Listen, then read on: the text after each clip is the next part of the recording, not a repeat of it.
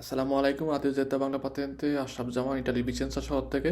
আজকে আমরা দেখব আমাদের শিফাত আব্দুর রহমান। সে হচ্ছে পাতেন্টের পরীক্ষায় পাশ করছে। তার যে আমাদের স্কেদাটা আছে, স্কেদা যদি দেখি আমরা এখানে 4 নাম্বারটা আমরা যদি খেয়াল করি, বসে 5 নাম্বার আমরা যদি দেখি বসে l'impianto di lubrificazione serve a diminuire attrito tra gli organi, il movimento del motore e ad evitare il surriscaldamento e eventualmente grippaggi degli stessi।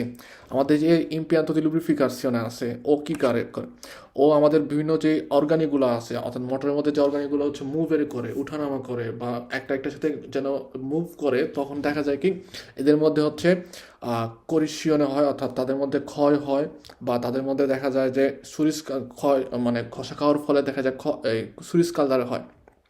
তো এই সুইচ কালচার যেন না হয়, এবং এই যে গ্রিপার্য অর্থাৎ মোটরের চারপাশে একটা প্লাস্টিকের গ্রিপিং সিস্টেম করা থাকে, যেন ভিতরে মোটরের ভিতরে যে অলিওগুলো আছে এগুলো যেন বাইরে না আসতে পারে। তো এগুলোর জন্য দেখা যায় এই লুব্রিফিকেশনের যে ইম্পিয়ান্ত আছে, সে দেখা যায় এই কাজটাই সমাধান করে থাকে।